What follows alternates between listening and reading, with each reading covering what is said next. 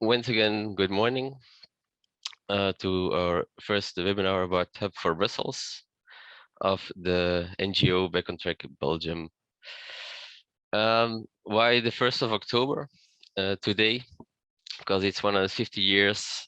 Georges Nagelmacher, someone from Liège in the Walloon region, started night trains on the European continent. He did this after a 6-month travel in the USA in the Pullman carriages, which were famous in that time to travel.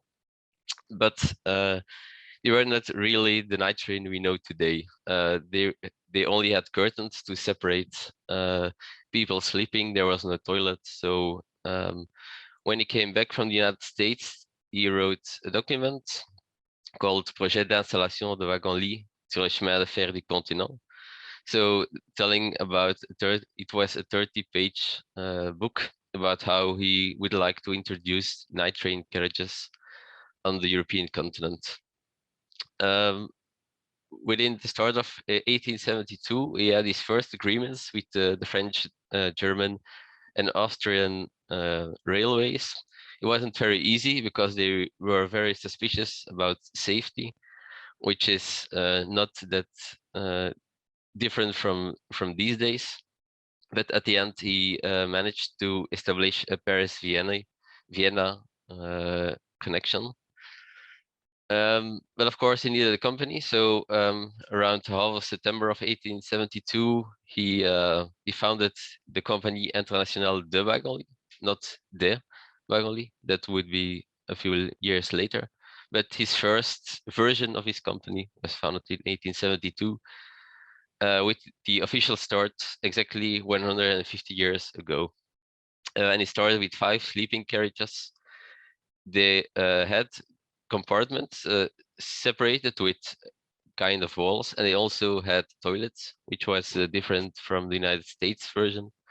So giving a bit more of a comfortable way to travel at night. And then the company started growing very easily. When in 1876 there was a new version, let's say, of its company.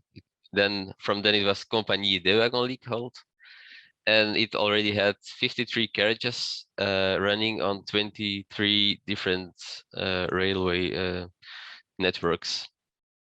And to add more comfort, he added also a restoration carriage, so people could eat, because of course those days traveling wasn't that at a high speed that we know today.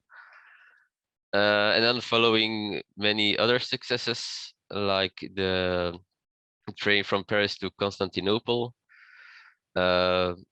which was about a journey of 3,000 kilometers, traveling in 13 days. In 1891, the famous train got the name the Orient Express, which many know, and many other trains were added, like the Trans-Siberian Express, and trains on the African continent from Cairo to Luxor, and from Tunis to Oran. And it's that kind of effect that we want to let relive, because the project shows a lot of entrepreneurship of the Georges Nagelmakers, and also it gave a lot of rising interest, where there was none in first. There was some traveling at night, but with those night train carriages where people could sleep, there was a huge interest coming for night train travel.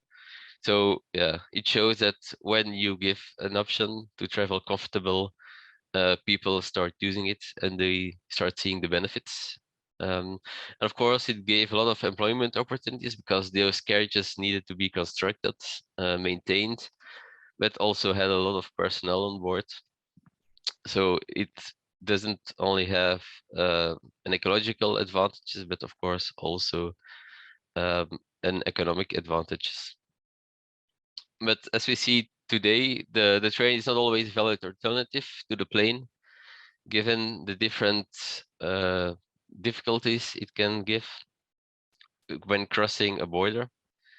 And one of the main problems is, of EU topics like the kerosene tax, where planes don't have to pay, or at least very few taxes. And yeah, the train runs on electricity that needs to pay the full VAT price. But some national governments have taken matters into their own hands, like Austria, Switzerland, Sweden, and the Netherlands. And we'll see how those countries did it. First of all, they set a list of priority destinations, and it's a bit like we did with for Brussels. Then they declared it a public service, their need for the night train, and they also choose then either to award it directly to an operator or do it via tendering, which are both valid options. And of course, a lot of equipment is needed, like night train carriages, and that's also something we will go deeper into later on. So the first step is to define destinations, and that's what we did with for Brussels. There were about 111 destinations. It's not a complete network, but it's the beginning of yeah, exactly covering approximately 20% of daily travel needs in Europe, and it's for a diverse public, from a travel to a business traveler. And we also like it to be regular trains, so you can rely and use it if you need it, and it needs to be at decent price.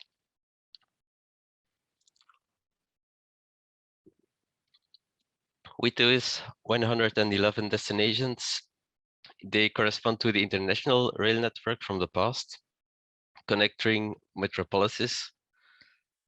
And yeah, we like them to arrive in the morning between 7 and 10.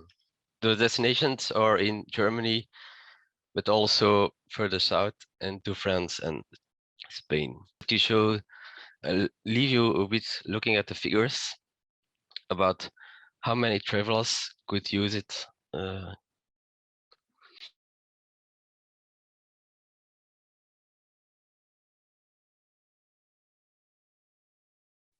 So as you can see, we counted the planes, not the bus coaches, because that's very difficult.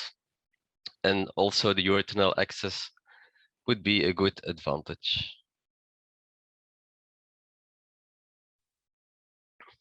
If you see those destinations, they are all across Europe, and we like them to see them happen. This one to Vienna is already running. Also down south, it would be very nice to have a night train. And now Jesse will show you more about PSO.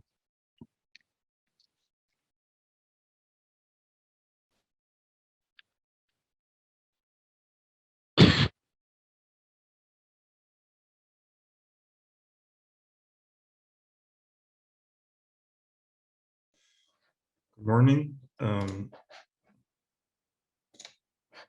My name is Jesse. I've been active with Back on Track for a couple of months now. And my colleague Alexander Gomme has done some calculations based on numbers that are publicly available to show that our proposal is financially viable and it doesn't cost a lot of money. It requires some investment and some political willpower, but the costs are really so relatively low, they would be a shame to not do it, especially looking towards our climate future and in reducing short distance flights within Europe. So we proposed to make Brussels the center of a night train hub with several destinations. And in this proposal, we have 6 night trains to 6 different destinations. Some are combined and will be split along the way for example, the train to Barcelona will split to one to Barcelona and one to Nice. And because there's also 2 to 3 day trains to Switzerland, and that's because Switzerland, in our opinion, is too close to drive a night train to. The distances, especially with the proposed upgrades to the line, would be too short to really get a good night's sleep, or you would be standing still for hours on end, which is, defeats the point of a night train. So a PSO is a public service contract. These are tendered by,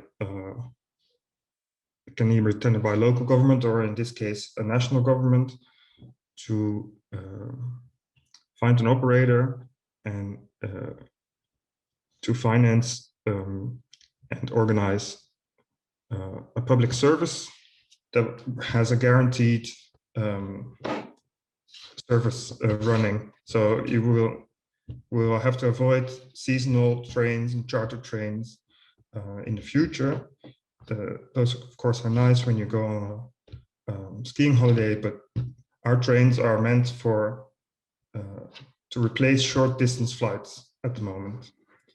So there are various requirements we propose to make this a commercially viable endeavor. So, of course, you would need various levels of comfort. These are already in place in most night trains. You can book a seat, or you can book 6 people compartments. We'll get back to that. So the PSO would have to set a minimum service level, seats, night cars, restaurant cars, etc. These prices have to be relatively low to be able to compete with other night trains, day trains, and short distance flights. Of course, there would have to be space for bicycles, and wheelchair accessible compartment is absolutely necessary because most night trains don't have these nowadays. And I think even it's now an EU requirement. And we would also like to see a clause in the contract that avoids social dumping. This is not really a problem nowadays in train service across Europe, because workers' rights are pretty much well protected, especially in the large national companies. But as we have seen in short distance flights, it can happen even in Europe. So we would like to see a clause to avoid that.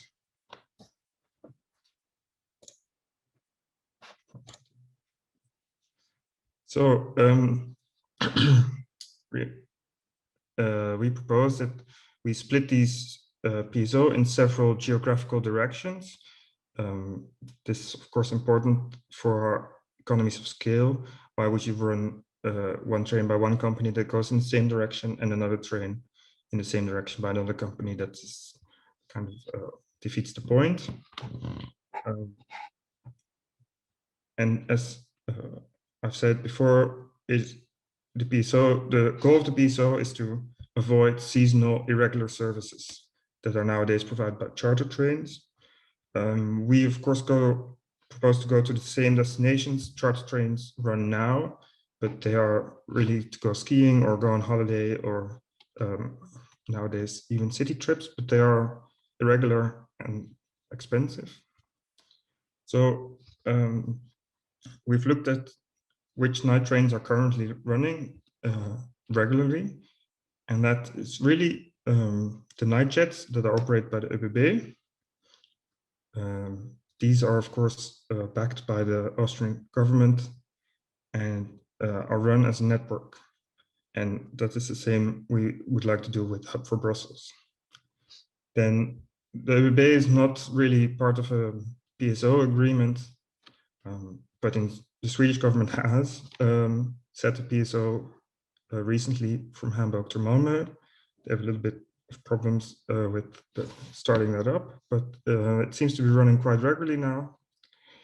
And another consideration is that the lack of rolling stock. Across Europe, we have very little sleeping cars left. Those that are left are old. They're in the hands of private companies. And even new trains are scarce. ÖBB has, of course, announced to buy 33 night jets. But of course, this is only a small part of what is necessary to get a whole night train network in Europe. So we have these directional packages. How are these tendered? There are several options. Of course, you can directly award such a contract to a national operator such as SNCB. This is relatively simple and fast because you don't have to negotiate about trains, and the Minister of Mobility is directly responsible for the SNCB. So if he has the political willpower and the money, this could be an option. However, the fourth railway package poses some legal questions. And from next year, it would be almost impossible to directly award anything in Europe anymore. So we propose to tender in 4 geographical groups, which roughly correspond to the directions of the compass. Hamburg, Berlin, Warsaw, Prague, Vienna, Innsbruck, Switzerland and Italy together, and France and Spain together. So normally a PSO tendering would be a public, and any company in Europe that is allowed can participate in this tendering and be awarded the contract. My colleague has proposed to, as opposed to hybrid, opposed to direct award, to do the hybrid award, do a market consultation, find out what is possible with other operators, and then go back to the SNCB to ask for their proposal if they can do better or not. Of course, another hybrid option is to cooperate with ÖBB to make a real financial and rolling stock contribution to the nightjet network. The CEO of ÖBB has recently called for his other colleagues to do this, to invest, to really invest in the nightjet network, to build something that is reliable and stable for the future. Of course, you can also cooperate with other national operators and even private operators. Of course, we know national operators don't really like to cooperate with anyone else, but it could be an option. Then the third and fourth geographical packages would be the most difficult to tender because there really is no experienced operator active, no national operator. There's, again, a lack of rolling stock that is suitable for these connections. Especially Italy has some, well, they stick to European law, but they are a little bit ahead of the rest of Europe. So it would be necessary to buy new rolling stock for these directions, which of course requires a substantial investment. Then the problem of the rolling stock. We have, as I've said before, modern sleeping cars are very scarce. The introduction of the new nightjets has set a new standard. There are currently 33 7-car nightjets under construction. As we understand it, they are a fixed composition, so you can stick two together, but you cannot take 1 or 2 cars out, as we understand. Then other national operators have some sleeping cars, but they are mostly used in domestic services. And the newest are from the Russian national operators. But of course, with the recent war in Ukraine, these sleeping cars are not available in the EU market anymore. So it is absolutely necessary that Belgium invests in night train rolling stocks if we want to make this hub for Brussels reality. So for our proposal, we have calculated how the costs, and we have taken the new night jets as example cost consists. So there are some considerations. The maximum length is limited to 410 meters because of these fixed compositions. Of course, in a new rolling stock award, you could ask for different specifications, but for our demonstration here, we have taken the new night jets as example consists. Because of these fixed consists, you can only have 2 destinations in one train, which of course is for most destinations more than enough. For example, the train to Rome would split maybe in a Milan and in a Rome or a Verona or other examples like that. And we've calculated cost per train to be about 25 million, especially in larger contracts, the cost can vary. These consist of the actual cars and a locomotive, because the Belgian railways now have no international locomotives, or none really to speak of. So we would need to buy those as well. So we have 6 night trains and 3 day trains to run from hub for Brussels. And for that, we need additional investment. 1, purchase of rolling stock or the rent of foreign cars, which is difficult, and the costs are difficult to calculate because these numbers are not publicly available.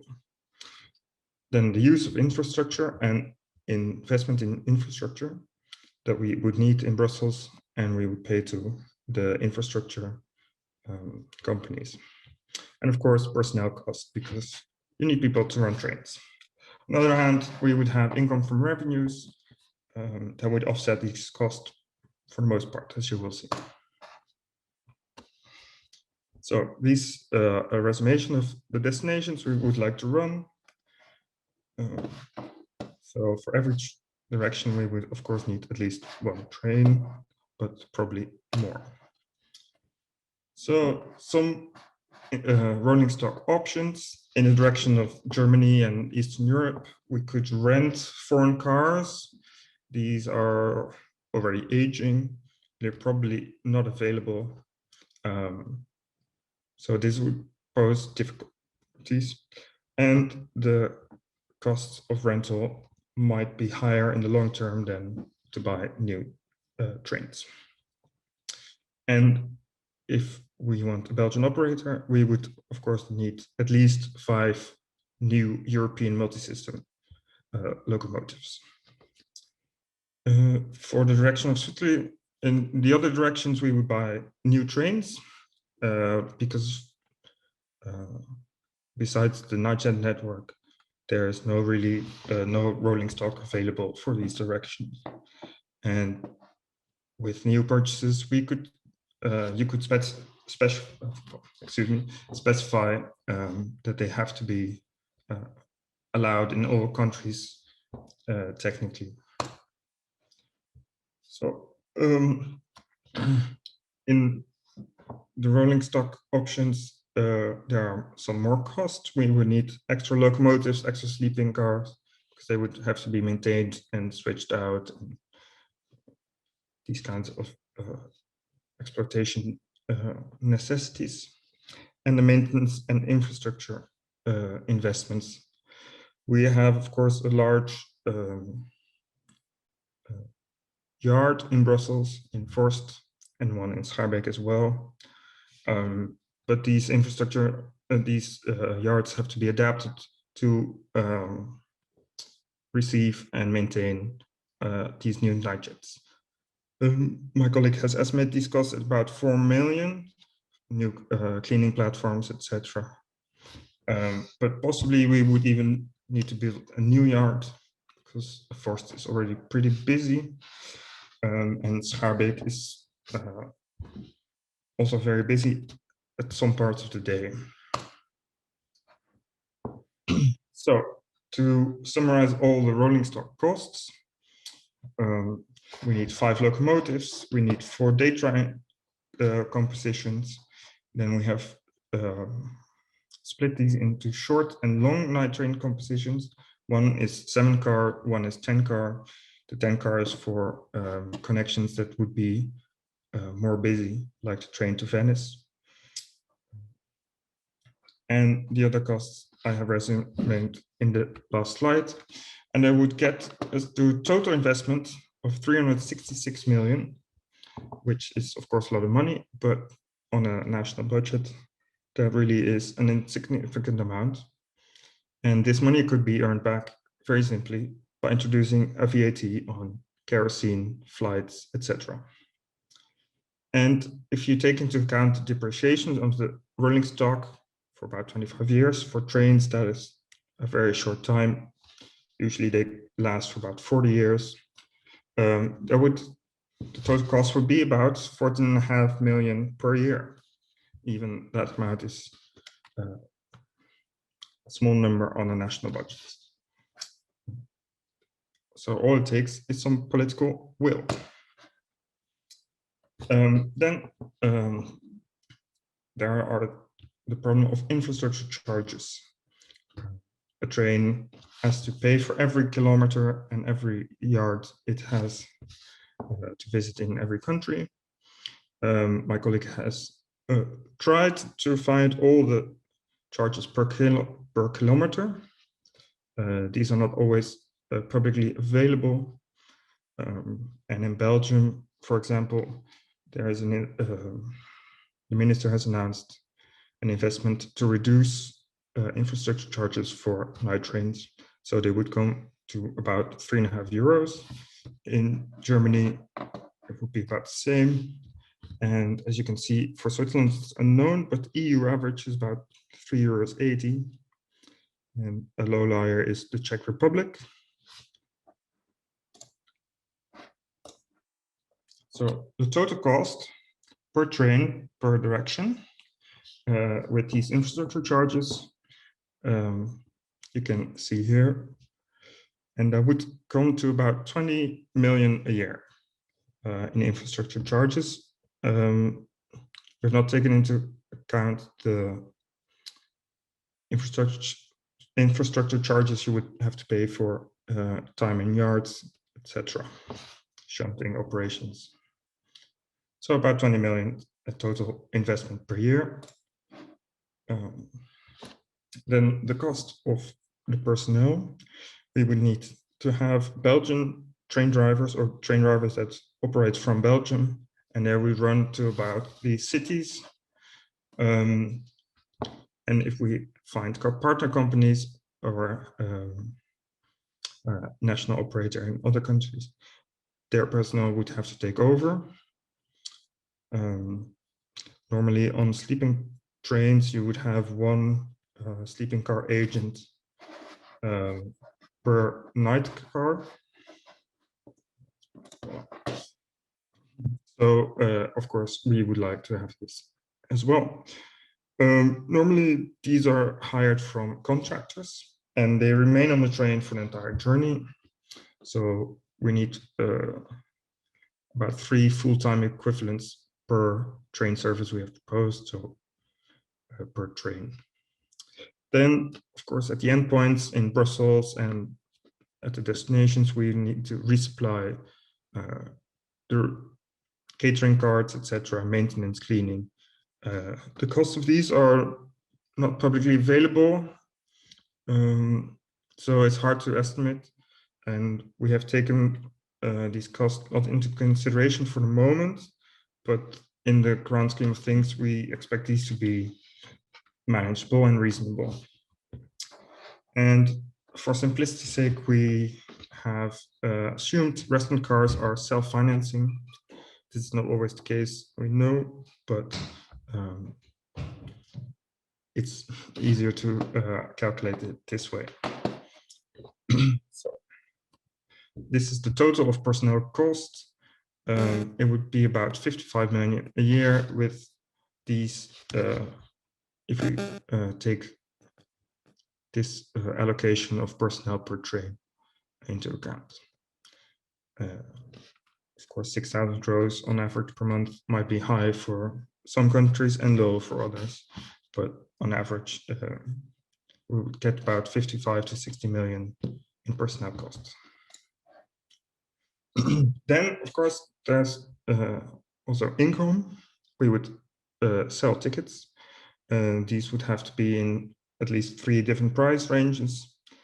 And in a new rolling stock, the difference between, for example, a 2-bed compartment and a 4-bed compartment is not that big, because you would probably always be traveling in a private compartment.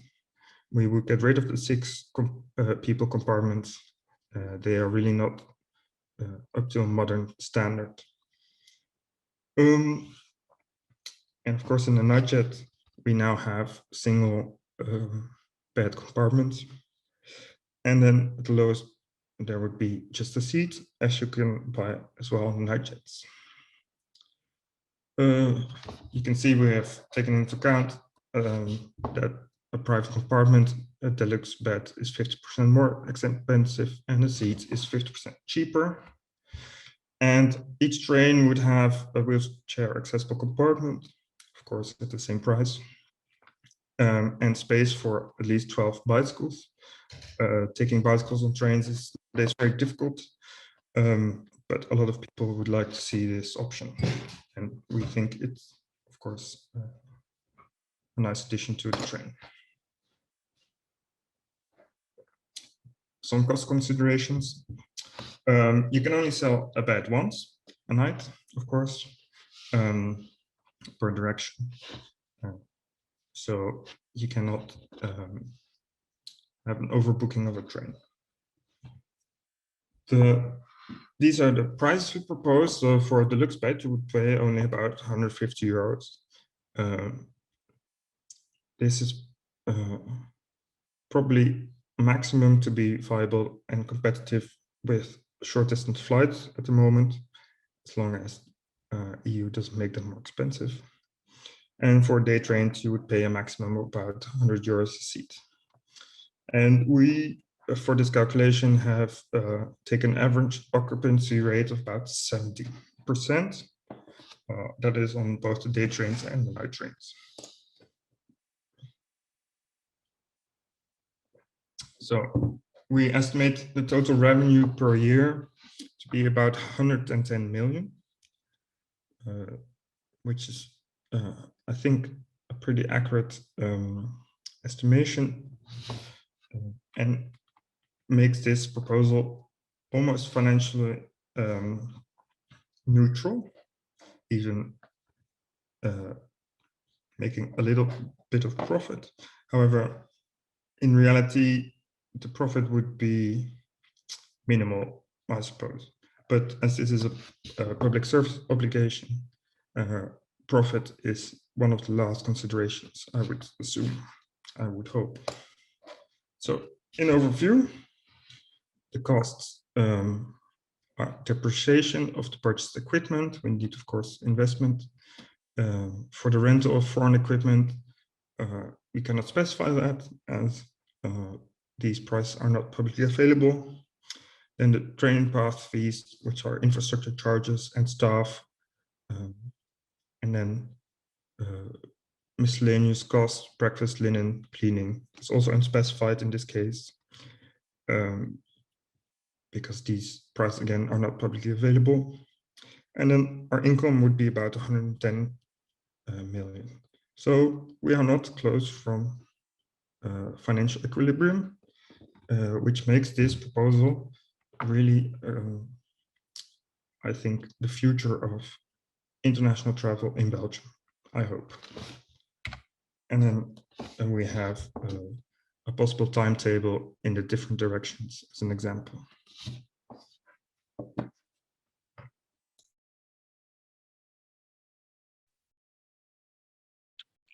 All right. Also, thank you, Jesse, for your input. Um, I hope you are inspired about the project. We're not going to run these trains ourselves. It's quite a too big adventure, but yeah, still we hope with this calculated thoughts, some of you are inspired, and also ones who will view it afterwards.